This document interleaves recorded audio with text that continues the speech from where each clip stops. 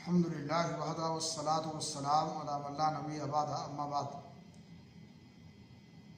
اسلامی بھائیوں، اس میں کوئی شبہ نہیں ہے کہ معلومات کو آزمانے کے لیے استاذ کو چاہیے کہ کبھی کبھار وہ اپنے شاگردوں پر کوئی مسئلہ پیش کرے اور ان سے سوال کرے۔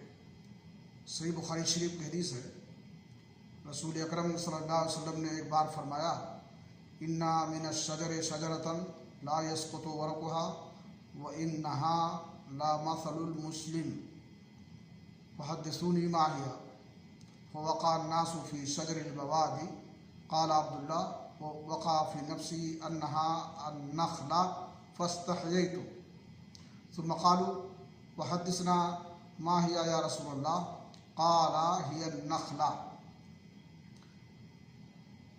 اللہ کے رسول صلی اللہ علیہ وسلم نے ایک بار صحابہ کرام سے فرمایا کہ درختوں میں ایک درخت ایسا ہے جس کے پتے جھڑتے نہیں ہیں اور وہ مسلمان کے مشابہ ہے، مجھے بتاؤ کہ وہ کون سا درخت ہے۔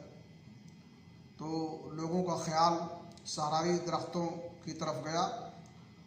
عبداللہ کہتے ہیں میرے دل میں بات آئی کہ وہ کھجور کا درخت ہے، لیکن بڑوں کے سامنے میں نے شرم کیا اور میں نے جواب نہیں دیا۔